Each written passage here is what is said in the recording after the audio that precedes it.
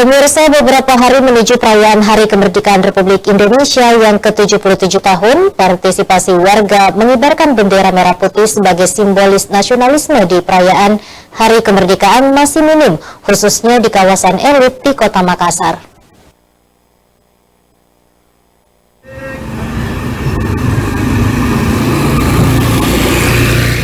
Tiap momentum perayaan HUT Hari Kemerdekaan Indonesia, seluruh warga Indonesia tak terkecuali di Makassar berinisiatif memasang bendera merah putih di rumah masing-masing sebagai bentuk nasionalisme dan menyemarakan Hari Kemerdekaan bangsa Indonesia.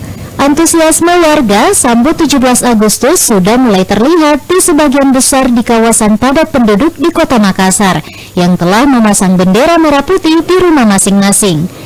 Akan tetapi beda kondisi yang terlihat di sejumlah kawasan elit di Kota Makassar, di mana terpantau rumah-rumah mewah masih banyak yang tidak memasang bendera merah putih, baik di depan maupun di halaman rumah. Pemandangan tersebut menjadi contoh yang kurang baik bagi generasi penerus bangsa yang masih butuh pemahaman mendalam terkait nilai-nilai nasionalis dan cerita sejarah perjuangan para pejuang kemerdekaan dalam memerdekakan Negara Kesatuan Republik Indonesia. Fitri Herunisa, Celebes TV.